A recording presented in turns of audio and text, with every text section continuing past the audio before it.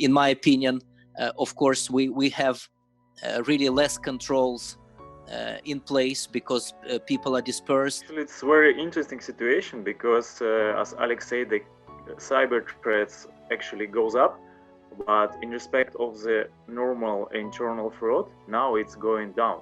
Forgetting about controls, forgetting about checks and balances, and of course, then we face new risks and new threats. There's a big risk of increased opportunities for internal fraud.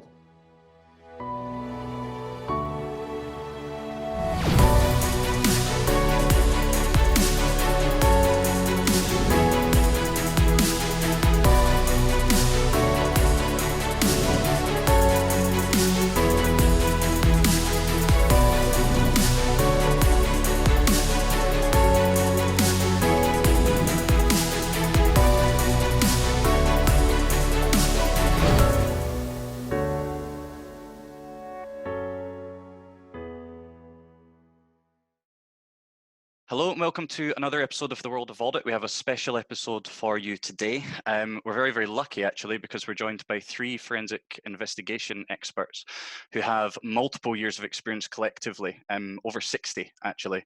So we have Marcio Ferreira, we have Alex Gaft, and we have Nikolay Kolesnikov, who between them have multiple certifications such as certified forensic examiners, certified internal auditors, chartered accountants, and more. So thank you very much for joining us, everybody. Thank you. Thank you. Thank you, Michael, for our invitation.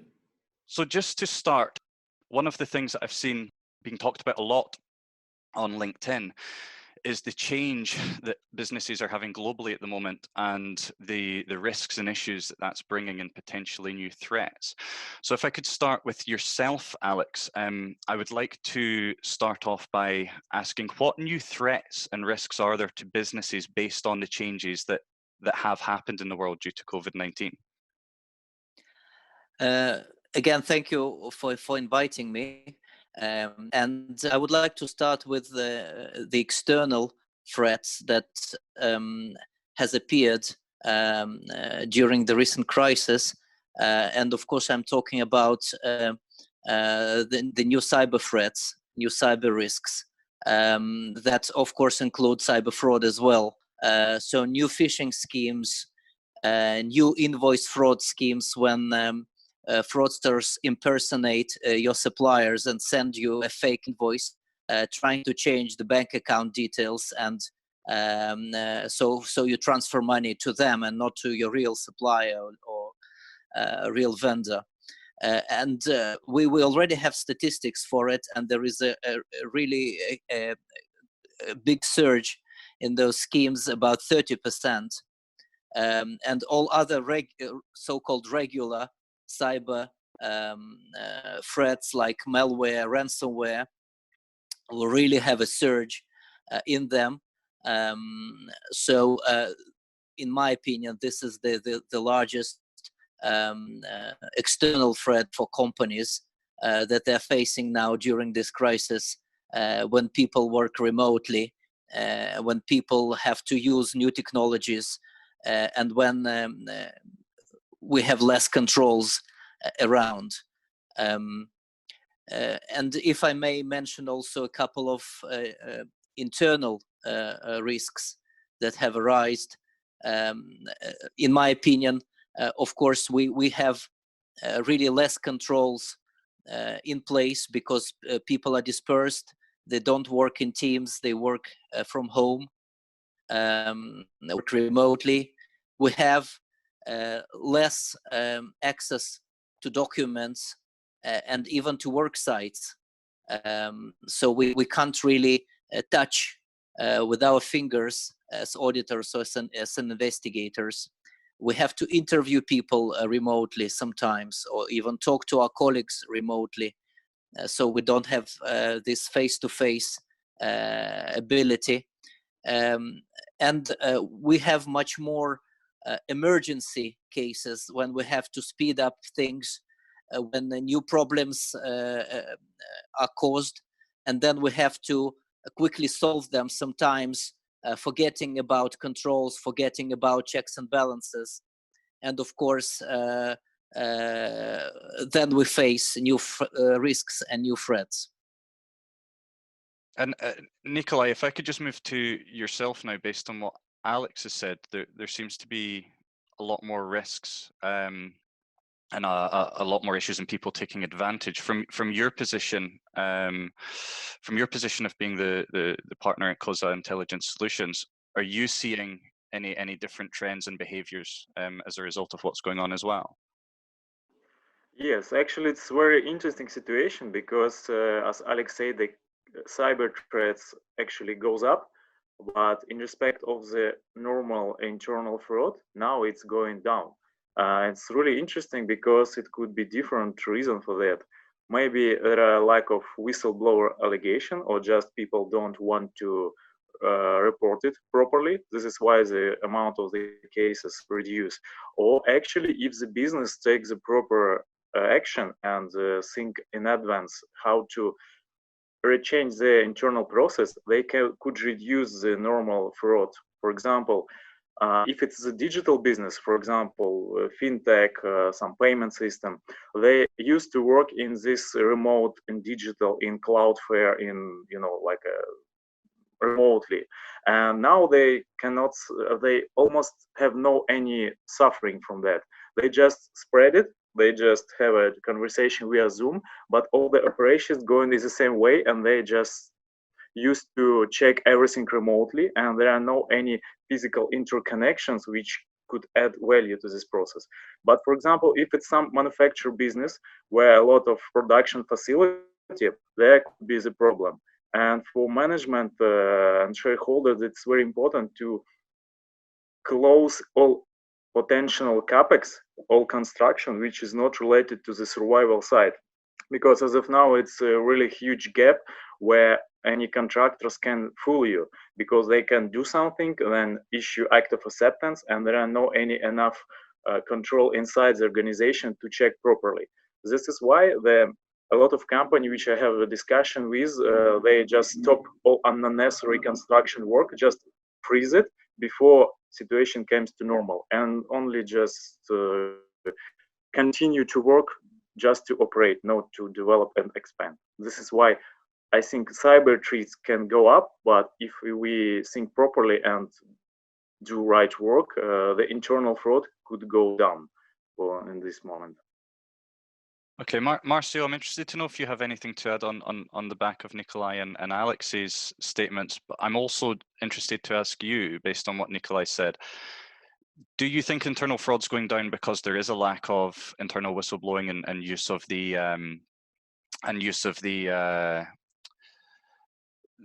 hotline, or do you think it's mostly because there's less opportunity internally or some other reason? Well, from my perception, there's a big risk of increased opportunities for internal fraud, especially because people are working from home, and sometimes they tend to share passwords, and eventually some of the approvers are not present. They don't have the means to approve, so they will, okay, so I'll give you my password so you can approve it for me. So this is, I think this is a risk. If you have someone that is pursuing committing fraud in a company, I think this is a very, very risky environment right now, especially because there are less people around paying attention on what you're doing. So there is a risk that this person will have opportunities, will eventually submit an invoice or include an invoice. I'm not sure how it's working for all the companies, but we know for a fact that in governments right now, and I can talk about what's happening here in Brazil, is that they are being allowed to do emergency purchases. I believe some of the companies are also having to provide their employees and their workforce with masks and other supplies and they're also doing some emergency purchases, and that's when there are many opportunities for fraudsters to receive kickbacks on the side, for example. Plus, Mike, if I may add, many employees are given additional access to different IT systems, so the process can run smoothly, and then they basically discover that there is less segregation of duties, and then can perform much more things, and they have much more access. And then, of course, someone with a criminal state of mind may try at least to do some hanky-panky.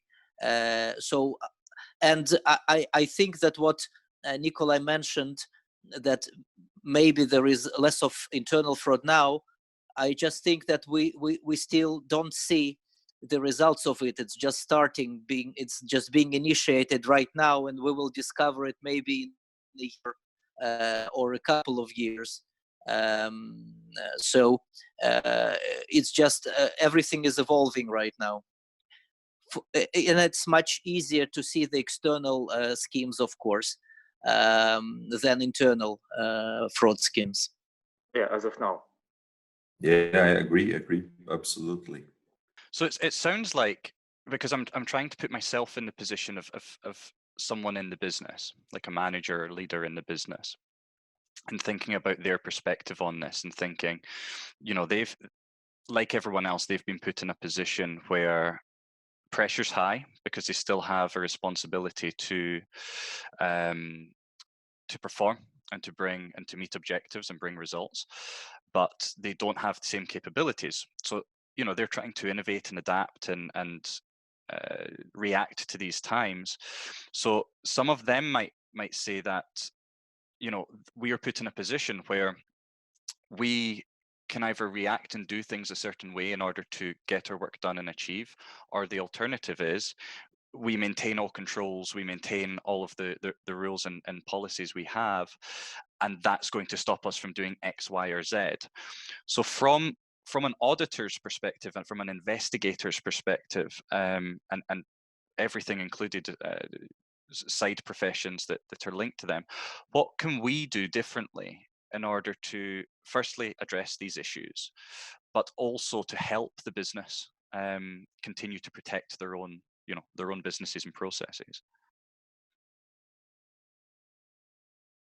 I think that regarding external threats, the best way, especially for smaller entities that don't have maybe budgets for expensive tools and software, is awareness. So you need an awareness campaign for your employees to understand what is phishing, what is social engineering, how you can recognize a phishing email, what is impersonation, even to understand that there is such an option that someone will try to impersonate a third party, or someone will try basically to steal from you through emails or sending forged documents, and to understand that it's very, very easy, and you have organized crime groups that are doing this. Internally, regarding internal fraud, I think that it's very important for all the controlling functions to work together and to cooperate and to understand each other's work. So internal audit understands what a cyber security team is doing, or what SOX team is doing, what security team is doing. Of course, continuous education of all the controlling personnel, so they understand a bit of cyber, understand a bit of accounting, understand a bit of fraud prevention, and basically, in my opinion, and I'm talking about this for many years, that you need one controlling function that has in it experts on all those issues, but under one manager, I don't know, chief risk officer or chief internal auditor, and then the prevention is not done in silos, but you have one approach unified approach. And I think that this current crisis only emphasizes the importance of this. Yes, agree 100%. And also I think the controlling function, especially internal auditor and fraud investigator, now should take a proactive role because there are tough situation for the business and how it's work actually. CEO of the company, CFO of the company, maybe some operational officer, they sitting together and have a plan how to optimize and survive. And they cut a lot of OPEX, different state of balance sheet. It looks nice. But if you are not invite the risk manager, how Alex proposed, or some from the controlling function, they can miss something that now we can cut the expenses, but in future it will take significant damage to us. For example, we reduce some controls, but in future we can lose millions on that. And maybe now it's better to cut some other expenses, but not, for example, controlling or other department. Or risk management. Yes, risk management. Because without this function, you can see P&L and see the statement. Oh, we don't need it. Okay, just cut it and we can continue the business. But from risk management side, it should be proactive approach to advise what is going on, how it could influence on other infrastructure, if there are any additional risk which you are not considered. And only working as a group at the beginning and in the middle and now, I think it should be like a continuous meeting and discussion. It could be a way to survive and reduce the possible threats and risk. Marcio, what if you think anything different, not disagreeing, but just other ways that audit and investigators can help the business maintain these threats and maybe assist in changes? Do you see any opportunity for innovation or a different way to do things to help tackle these issues? Well, I agree with Alex that I'm very enthusiastic about prevention. And if we look at the ACFE reports to the nations throughout the years, you see that most fraud cases, it's very hard to recover losses from fraud cases. It's very, very, very hard. So prevention is always the best alternative. But at this moment, we have to bear in mind that most businesses are suffering a lot, probably suffering more than any time in the past 100 years since the Great Depression. I feel that the real challenge is how can we make sure that the companies will have sufficient structure to perform control functions, because there will be, and there is right now, a lot of pressure to save money, to face the challenges posed by reduced consumption. We know that some of the companies, like the air companies, they are basically facing a huge challenge, to say the least. We don't know basically how the air companies will operate in a few months from now, because the whole problem with this disease is that it's here and we don't know when and if it's going away.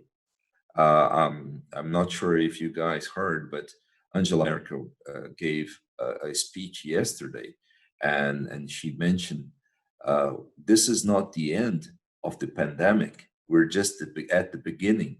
So I feel that many businesses, especially those that depend on people together or working very close to each other, or involve multiple people in the same environment, they will suffer a lot. And during these times to adapt, we know that the companies have a lot of pressure to cut costs. So we will have to come up with solutions and alternatives and try to provide alternatives with reduced investments or that will cost less to the companies.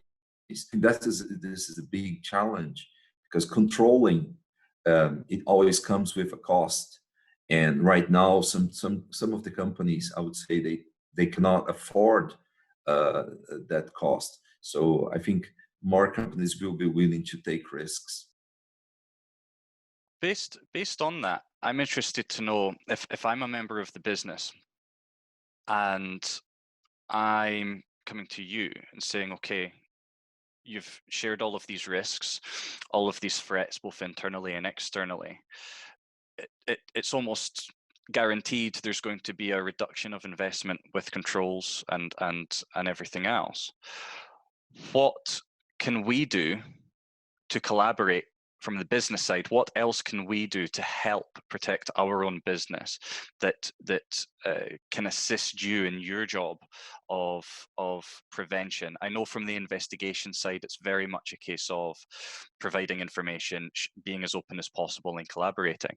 But from the prevention side, it sounds like the business are going to have just as big a part to play in protecting their own business proactively now than they ever have before. So what can they do to help step in and protect their own business with this lack of investment and time being spent? If we could just start with Alex again, that would be great. Thank you. I think that first of all, the business should recognize the importance of having controlling bodies in the company, and not think that this is just a cost on a business.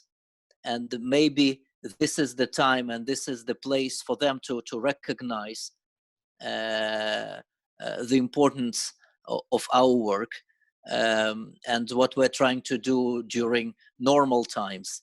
But especially in crisis, I think the importance of the controlling bodies is rising, at least for shareholders. So I think this is the first major step that the business can take. Second, and I'm coming back to what Nikolay said, there is, of course, an easy step of just cutting everything that is not a business and not development or not resilience, just keeping things as they are, but to have to still allocate resources, or at least plans for new things and new technologies that help to make business processes transparent and unified, like ERP systems, like digital platforms, like artificial intelligence, data analytics, because they don't just help us as auditors or controllers, they should help the business to progress and to survive and to develop. So I think that here, this is a mutual interest of both us controllers and the business to still, even during those hard times, to plan and to invest in those new technologies that will help us to evolve after the crisis. Totally agree with Alex, and also I think that it is, if we can say that, a great benchmark just to understand the real control environment in the company. Because if everything is established properly, if you're working remotely, nothing should go wrong. But if there are a lack of controls in some process and some approvals, etc., now all of them just go up, and we will see what is going on. And this will be, like a really tough stress test for all the company. And I think who will survive that, they will understand the importance of the controlling function in the future. And what can add from my experience, during the crisis, somehow shareholders just start to think about the controlling function. Because when everything is just all right, you have a lot of profit, everything is pretty clear. But when you start suffer, you just start asking, what is going on? Where I spend this money? Is it effective or not? If there are some are trying to steal it or some trying to use it. And now they will understand that it is better to invest smaller amount into controlling function to the professional guys who can digging into this operation and figure out what is going on, what is effective, who is trying to steal from you, than just lose it as it is. For example, if you spend 10 millions on the marketing of some construction work and you really don't know what is going on here, who will advise you? Only controlling function, independent controlling function, which need to be established as soon as possible. Now, I think this is, like a smallest investment, but which can bring a lot of value and properly understand inside situation. And Marcio, if I'm a member of I'm a member of your business, and I came to you today and said, look, Marcio, what can I do to help you in your position address these situations and risks to help? What would you suggest and say to me? No, I think both Alex and Nikolay, they mentioned very important aspects, but I would like to add something. And I believe that most internal audit functions around the globe right now, they should be really thinking about their audit plans. And I would definitely increase voucher testing, because I would like to know if the payments that are going out of the company, they are being properly approved and they're supported by legitimate invoices. So voucher testing is some sort of detective control that helps uncover lots of potential fraud schemes.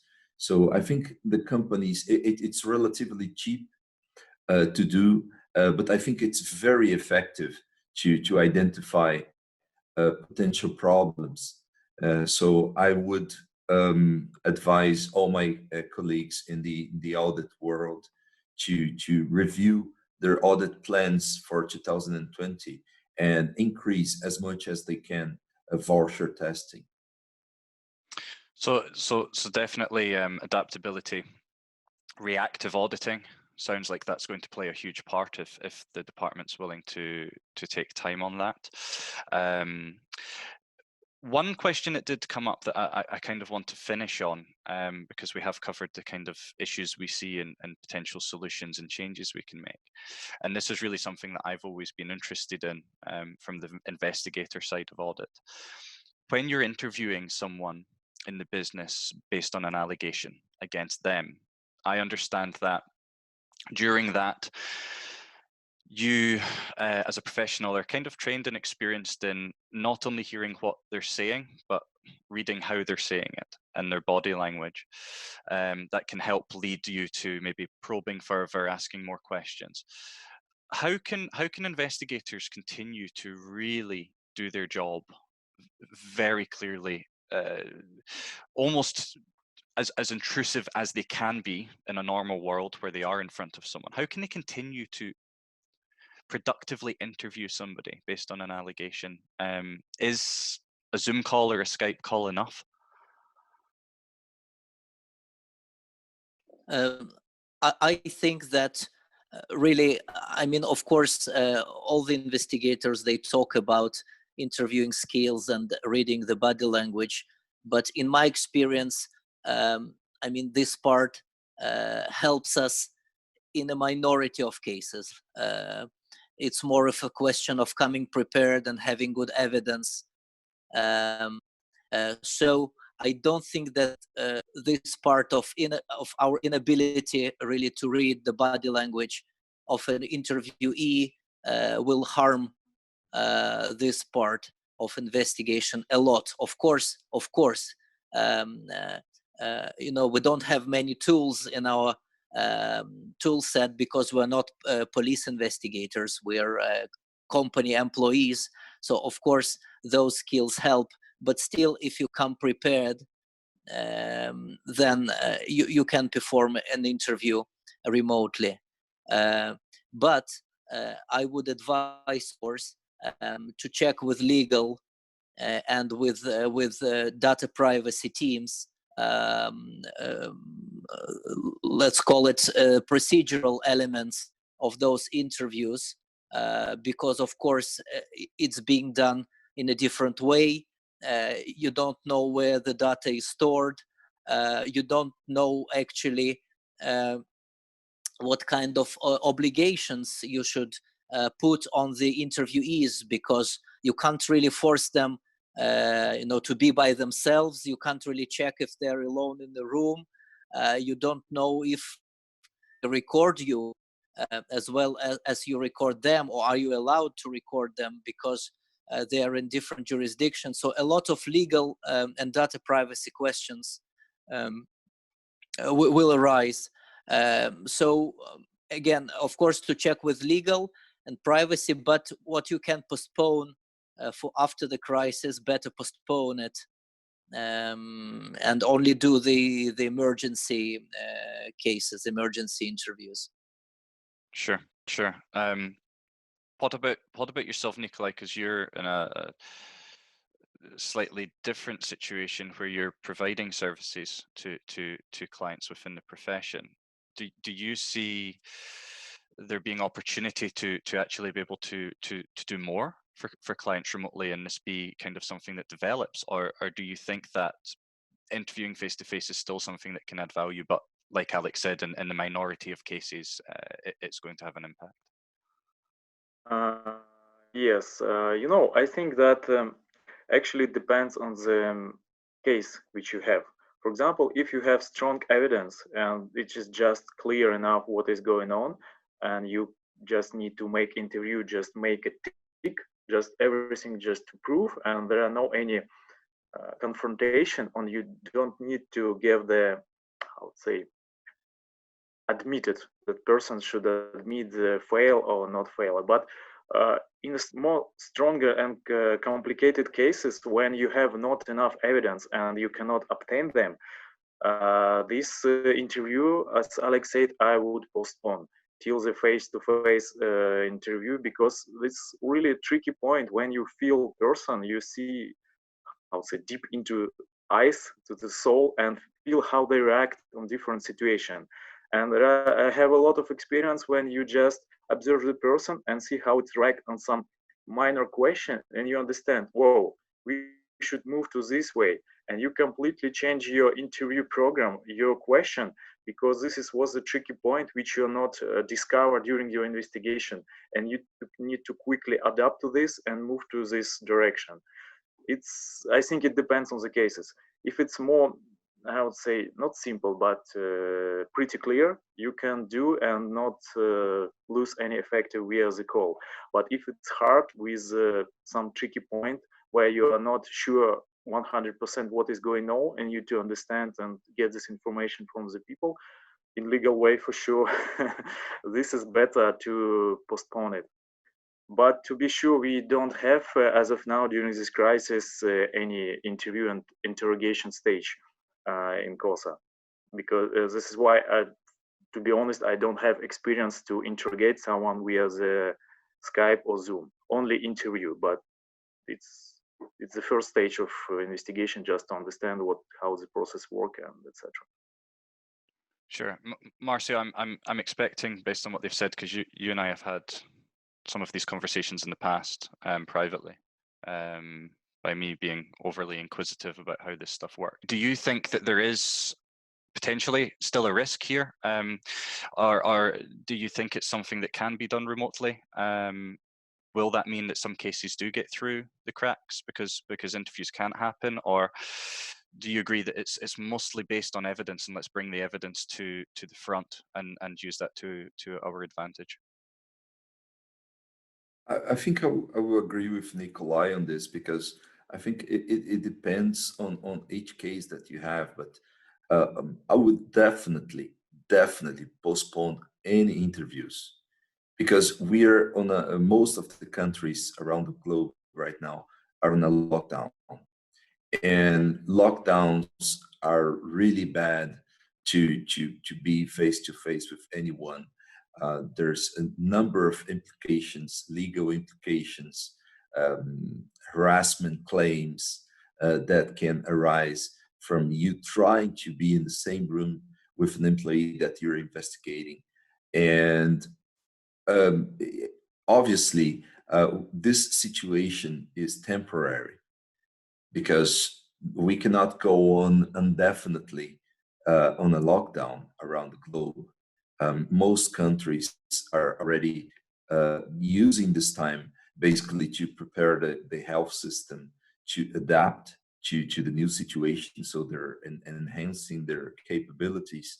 But I believe that after 60 days, there will be a huge pressure for at least some of the activities return. We'll have to adapt and live with the risk. And I think this is when we will be better prepared to plan the interviews. And because the investigation is a process that involves several activities, as Alex said, we will have opportunities to increase our hard evidence, to go through documentation, and better prepare ourselves for the moment of the interviews, because it's really unusual to have a case in which the person can continue practicing fraud after the investigation has started. So 60 days, I think it's a where most of us are already halfway through the lockdown. So I believe that at least 1 month uh, we'll be able to perform very good interviews. So I think it's the time right now is better to wait. And also we should take into consideration that not all public services will be available to continue and progress. If we, for example, need to terminate an employee, obviously it depends and it will vary from country to country. But I think countries like Spain, for example, that are suffering a lot, and Italy, some of the public services won't be available for the next step. So I think it would be better to hold interviews and continue planning around the situation, because eventually we'll be able to have face-to-face interviews. Michael, if I may add, I also think that interviewing people that were locked at homes for 2-3 weeks, you have so much noise around, so their body language, I think it's you can't even understand what this person is reacting to. Is it just to the general lack of comfort, or a kid screaming, or is it a give up from or that he is guilty of something? So it's really becoming impossible to analyze. Very good point, Alex. That's perfect. I don't know what kind of training sure. different companies are providing for phone interviews, but for me it looks a bit shaky. A bit like questionnaire, just. Oh, absolutely. It's a very good point, Alex. People are reacting differently to the situation. It's not a But normal situation. yeah, everybody's nervous about it. So you're reading the body language. Maybe the person is just afraid of everything that's going on, and you might misread or have a bad interpretation. Exactly. And as an investigators, we can't rely on such shaky evidence of behavior. So I think we can forget about this part. Yeah, that makes a very good point. I mean, I have a young daughter, and I can guarantee you that if I were a person that was fully innocent and you asked to speak to me, let's take yesterday, for example, I would look guilty because I would look uncomfortable. I would look like I did not want to speak to you because I wouldn't want to speak to you. I would just want to go into a safe room quietly on my own for a few days and relax. But so no, it's a very good point. Very good point. Well, I think we're going to have to wrap things up here. I would like to thank all of you for taking the time to share your knowledge and your experience and what's going on. I hope you, the viewers, can take some value from this. I hope it prompts some discussions internally with your colleagues and peers in your business, and it can maybe do a lot of good. If you did enjoy today's video, please make sure you click the like button and subscribe. It really helps us to continue to make more content. And until next time, thank you very much and bye-bye. Thank you. Bye-bye. Stay safe. Hi there, me again. I just wanted to take one moment to talk to you about My Job Search, which is a self-help ebook I've created to help you manage your own recruitment process from the very beginning of creating your CV and understanding what you want out of your career, through the middle section of interview preparation and tips, right to the very end of negotiating salaries and potentially dealing with counter offers from your current employers. Now, this is going to be available on Amazon. The link's going to be in the description below. And if you don't have a Kindle, don't worry, you just need to download the app. Until next time, bye bye.